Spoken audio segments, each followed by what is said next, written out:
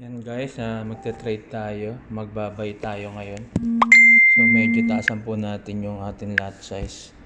Yan, magbabay po tayo. Okay, hintayin lang po natin bumaba. Yan, palampasin lang po natin kasi may 1 minute pa. 5 minutes trading lang po ito. Okay, so scalping lang tayo.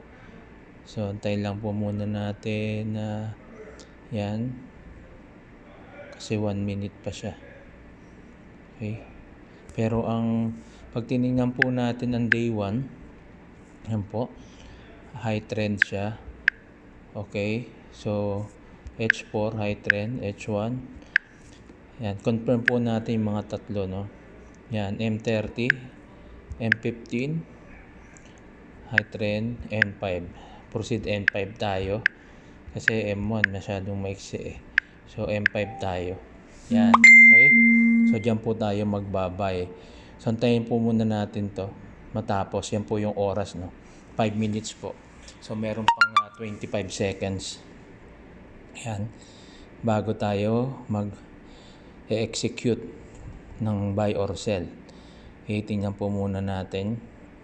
Yan, makita po natin dito yung moving average niya. Yung green, yan po yung moving average 9. Okay, ito yung moving average 20 naman po yung red. Okay, so yan, 3, 2, 1, execute na po tayo. Magpapalit na po siya. So yan, magbabay po tayo dyan. Yan, buy. Kita po natin yung moving average, no, pataas. Huwag po natin kontrahin yan. Okay lang po yan kung nagre-red siya. Yan, ayan yung possible natin. Pwede tayong mag-buy. Yan.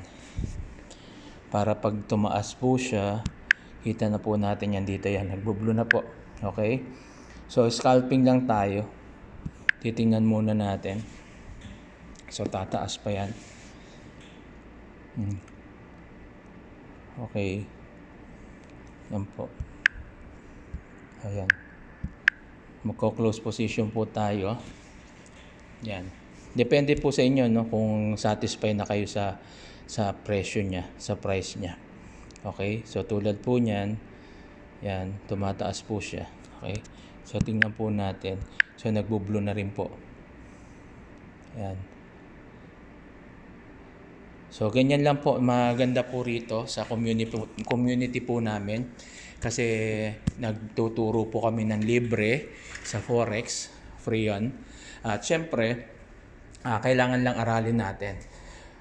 Kaya kung interesado po kayo mag-join sa community po namin, ay message nyo lang po ako, Coach Jimro o Jimmy Adilio Gonzales para po sa more details po. Salamat.